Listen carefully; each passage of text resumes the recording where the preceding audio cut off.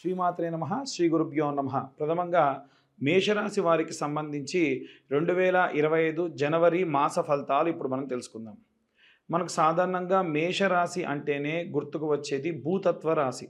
అంటే వాళ్ళు భూమిని విడిచి సాము చెయ్యరు ఎప్పుడూ కూడా.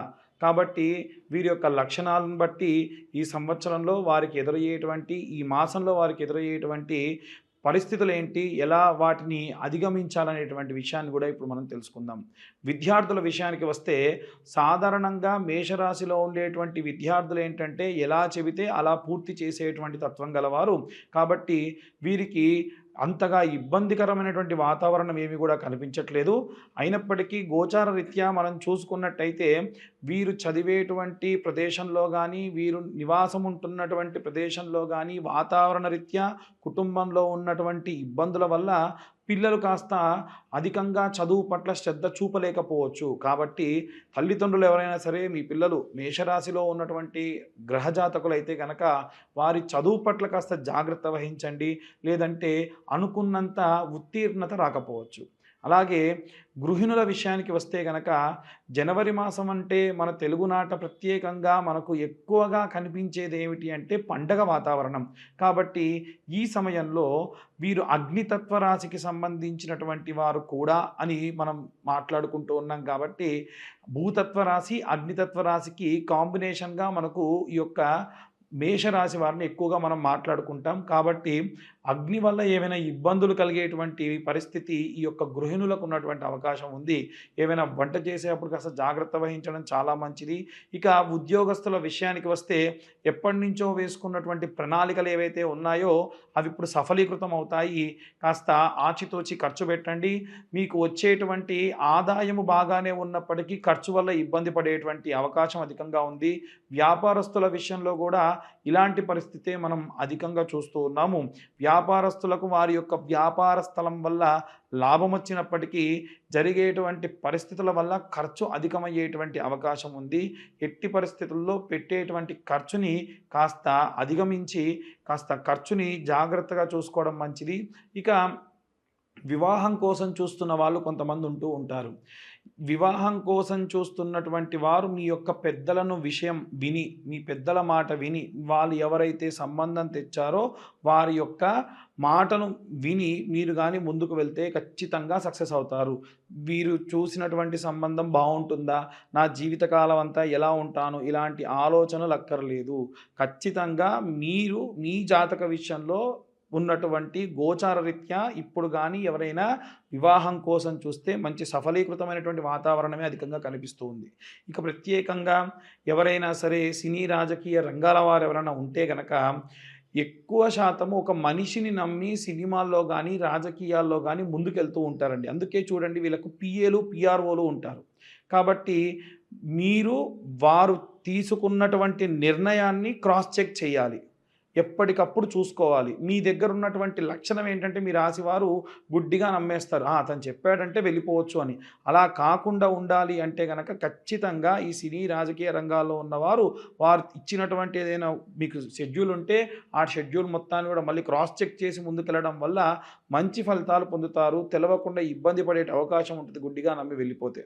ఇక ప్రత్యేకంగా ఎవరైనా గృహ నిర్మాణ రంగంలో కానీ లేదా ఏమైనా భూమిని నమ్ముకొని పనిచేసేవారు కానీ, ఈ భూమిని నమ్ముకొని పనిచేసేవాళ్ళు రియల్ ఎస్టేట్లో ఉంటారు, రైతులు కూడా ఉంటారు.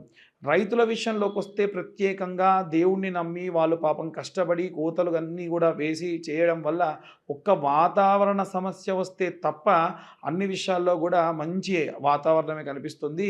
కానీ గృహ నిర్మాణ రంగానికి భూమిని కొని అమ్మాల్సి క్రయ విక్రయ సంబంధితమైనటువంటి విషయాల్లో మాత్రము ఈ యొక్క మేషరాశి వారికి సంబంధించి ఎప్పుడు మీరు ఆ పనికి వెళ్తున్నా సుబ్రహ్మణ్య దర్శనం చేసుకొని వెళ్ళడం శ్రేష్టము. లేకుంటే చాలా చాలా ఇబ్బంది పడేటువంటి అవకాశం ఉంటుంది. మీరు ఏదైనా సరే ఒకవేళ దేవుడి దర్శనం చేసుకొని వెళ్ళిన తర్వాతకి కూడా పని ఆగిపోయినా మీ మంచికే జరిగిందని అనుకోవాలి. ఇక ఎవరైనా సరే కోర్టు వ్యవహారాల్లో గనక ఇబ్బంది పడుతూ కోర్టుకు చుట్టూ తిరుగుతూ ఆ కోర్టు కేసులు అవ్వట్లేదు అంటే గనక దయచేసి మీరు అమ్మవారి యొక్క దర్శనం చేసుకొని వెళ్ళడం మంచిది. ప్రత్యేకంగా ఈ యొక్క రాశి వారికి సంబంధించి కోర్టు వ్యవహారాలకు సంబంధించి తొందరగా రిజల్ట్ వచ్చేటువంటి అవకాశమే అధికంగా కనిపిస్తూ ఉంది. ఇక అన్ని వర్గాల వారికి సంబంధించి ఇంకా ఏవైనా సరే రెమెడీస్ తెలుసుకోవాలన్నా గోచార రీత్యా మేము చెప్పినటువంటివన్నీ కూడా జరుగుతాయి. ఇంకా ఏవైనా తెలుసుకోవాలి, వారి పర్సనల్గా వారి జాతకం అంతా తెలుసుకోవాలి అంటే కింద కనిపించే నెంబర్కి కాల్ చేయొచ్చు. ఇక ఈ జనవరి మాసంలో సినీ రాజకీయ రంగాల వారి దగ్గర నుంచి విద్యార్థులు, గృహిణులు ఎలాంటి రెమెడీస్ పాటించాలో ఇప్పుడు మనం తెలుసుకుందాం.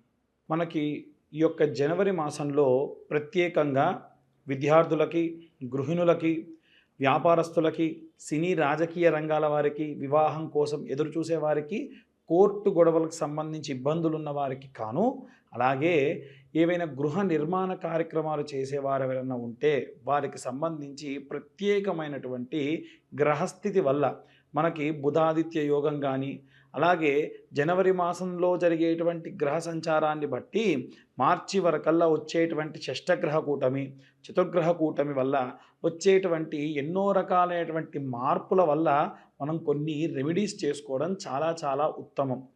అవి ఏమేం చేసుకోవాలి, ఎవరెవరు ఎలాంటివి చదువుకోవాలి అనేది ఇప్పుడు మనం తెలుసుకుందాం. విద్యార్థుల విషయానికి వస్తే గనక విద్యార్థులందరూ కూడా ఓం వాగ్దేవ్యై నమః అన్న మంత్రాన్ని ప్రతిరోజు 11 మార్లు పఠనం చేస్తూ వీలైనంత వరకు వారానికి ఒక్కసారైనా సరే నీలా సరస్వతి స్తోత్రాన్ని వినడం కానీ పఠనం కానీ చేయించడం చాలా చాలా మంచిది.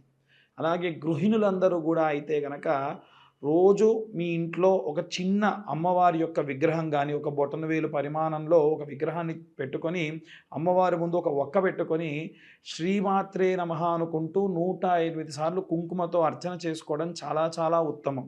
అలాగే ఎవరైనా ఉద్యోగస్తులు కానీ, వ్యాపారస్తులు కానీ ఇప్పుడు నేను చెప్పేటువంటి ఈ మంత్రాన్ని పఠనం చేయడం చాలా చాలా శ్రేయస్సుకరం. ఆ మంత్రం ఏమిటి అంటే ఓం క్లీం కృష్ణాయ వాసుదేవాయ హరయే పరమాత్మనే ప్రణతక్లేశనాశాయ గోవిందాయ నమో నమః. ఈ మంత్రాన్ని ఈ యొక్క ఇంట్లో ఉన్న వారందరూ కూడా ఎవరైతే వ్యాపారంలో ఉన్నటువంటి వారు ప్రత్యేకంగా చేయడం మంచిది. అలాగే మీ వ్యాపార స్థలం దగ్గర ప్రతిరోజు సాయంత్రం సమయంలో ఐటీలో ఉండేటువంటి వ్యాపారస్తులు ఉంటారు, పెద్ద పెద్ద ఎంఎన్సీలో ఉండేటువంటి వ్యాపారస్తులు కూడా ఉంటారు. నేను చెప్పేటువంటిది అన్ని వర్గాల వ్యాపారస్తులకి కూడా అనేటువంటిది బాగా గమనించాలి. ఇందాక చెప్పిన ఉద్యోగస్తులకు కూడా ఒక పచారీ కొట్లో పనిచేసే ఉద్యోగస్తుడు ఉంటాడు, అలాగే ఒక ఎంఎన్సీ కంపెనీలో పనిచేసేటువంటి ఉద్యోగస్తుడు ఉంటాడు. అందరికీ కలిపి చెప్పినటువంటి మంత్రం అది. అయితే ఈ వ్యాపారస్తులు ప్రత్యేకంగా ఏం చేయాలి అంటే ప్రతిరోజు వ్యాపార స్థలంలో సాయంత్ర సమయంలో కాస్త ధూపం వెలిగించి అమ్మవారికి సంబంధించినటువంటిది ఏదో ఒక మహాలక్ష్మీదేవికి కానీ లేదా అమ్మవారికి సంబంధించినటువంటి మంత్రపఠనం చేయడం చాలా చాలా మంచిది. ఒకటి. రెండవది ఏమిటి అంటే మీరు వ్యాపార స్థలాన్ని బంద్ చేసి వెళ్ళేప్పుడు ఒక పేపర్ తీసుకొని కుడివైపు 3 సార్లు ఎడంవైపు ఒకసారి తిప్పి అక్కడ పడేసి వెనక్కి తిరిగి చూడకుండా వెళ్ళిపోవడం చాలా చాలా ఉత్తమం. మనం మార్వాడీస్ని కానీ జైష్వాల్స్ని కానీ చూసుకున్నట్టయితే వారి వ్యాపార స్థలం దగ్గర ఇలా చేస్తారు. ఎందుకంటే మన వ్యాపార స్థలం దగ్గరికి ఎంతోమంది వచ్చేటువంటి వాళ్ళు శౌచముతోని, మైలతోని, అంట్లతోని వస్తారు. కాబట్టి అవేవి రాకుండా ఉండాలి, అవేవి మీకు అంటకుండా ఉండాలి అంటే ఈ రెమెడీ చేయడం మంచిది. అలాగే వ్యాపార స్థలం దగ్గర కౌంటర్లో ఒక పటికని ఉప్పులో పోసి గాజు పాత్రలో ఉప్పు పోసి పెట్టుకోవడం మంచిది. నిమ్మకాయని గాజులో వేయడం వల్ల అది తేలితే మంచిది, మునిగిపోతే అంత శ్రేయస్కరం కాదు. అలాగే మీ క్లీనింగ్ చేసేటప్పుడు కొంచెం ఉప్పు పసుపు వేసిన నీళ్ళతోని క్లీన్ చేయించడం వల్ల కూడా సకల గాలి ధూళి యంత్ర మంత్రాల వల్ల వచ్చినటువంటి దోషాలు కూడా పోతాయి. ఇక ప్రత్యేకంగా సినీ రాజకీయ రంగాల వారు కానీ ఎవరైనా సరే కోర్టుల్లో పనిచేసి కోర్టు కేసులతో తిరిగేటువంటి వాళ్ళు పబ్లిక్ పోర్టల్లో బాగా ఉంటారు. కాబట్టి మనకు దుర్గా కవచము అనేటువంటి కవచం ఉంటుంది. ఈ దుర్గా కవచం ఎలా ఉంటుందంటే శృణోదేవి ప్రవక్ష్యామి కవచం సర్వసిద్ధిదం పఠిత్వా పాఠయిత్వా చ నరోముశ్చేత సంకటాత్ ఇలా ప్రారంభమవుతుంది. అమ్మవారికి సంబంధించి 8 శ్లోకాలు ఉంటాయి. ప్రతిరోజు అది చదువుకోండి. ఎందుకంటే పబ్లిక్ పోర్టల్లో తిరిగేటువంటి వాళ్ళకి ఎంతో దిష్టి తగులుతుంది. అది పోవాలి అంటే ఈ మంత్రాన్ని చదువుకోవడం చాలా మంచిది. ఇక ప్రత్యేకంగా ఏవైనా సరే ఒక పఠనాన్ని, ఒక మంత్రాన్ని మనం జపంగా చేయడం మంచిది అనుకుంటే ఎలా అనుకుంటే, ప్రతిరోజు అసుర సంధ్యా సమయంలో పంచాక్షరి మంత్రం అంటే ఓం నమః శివాయ అనే మంత్రాన్ని పఠనం చేయడం చాలా చాలా శ్రేయస్కరం. నిర్మాణ రంగంలో ఉన్న వాళ్ళైతే గనక శరవణ భవాయ విద్మహే కార్తికేయాయ ధీమహే తన్నో స్కంద ప్రచోదయత్. ఎందుకంటే ఆయన భూమిని చీల్చుకుంటూ పుట్టాడు కాబట్టి భూమికి సంబంధించిన మంత్రం, కుజుడికి సంబంధించిన మంత్రము, సుబ్రహ్మణ్య స్వామికి సంబంధించిన మంత్రం చాలా చాలా కాపాడుతుంది. ఈ యొక్క మంత్రపఠనాన్ని, రెమెడీస్ని ఫాలో అయ్యి అందరూ కూడా చాలా శ్రేయస్కరంగా ఉంటారని కోరుకుంటున్నా. అందరికీ కూడా మకర సంక్రాంతి శుభాకాంక్షలు, అలాగే నూతన ఆంగ్ల సంవత్సర శుభాకాంక్షలు. ఎవరైనా సరే జాతకాలకు సంబంధించి ఫోన్ చేస్తూ ఉన్నారు, దయచేసి వాట్సాప్ చేయండి. ఒకవేళ కాల్ చేయదలుచుకుంటే కింద ఇచ్చేటువంటి నెంబర్కి మీరు కాల్ చేయొచ్చు.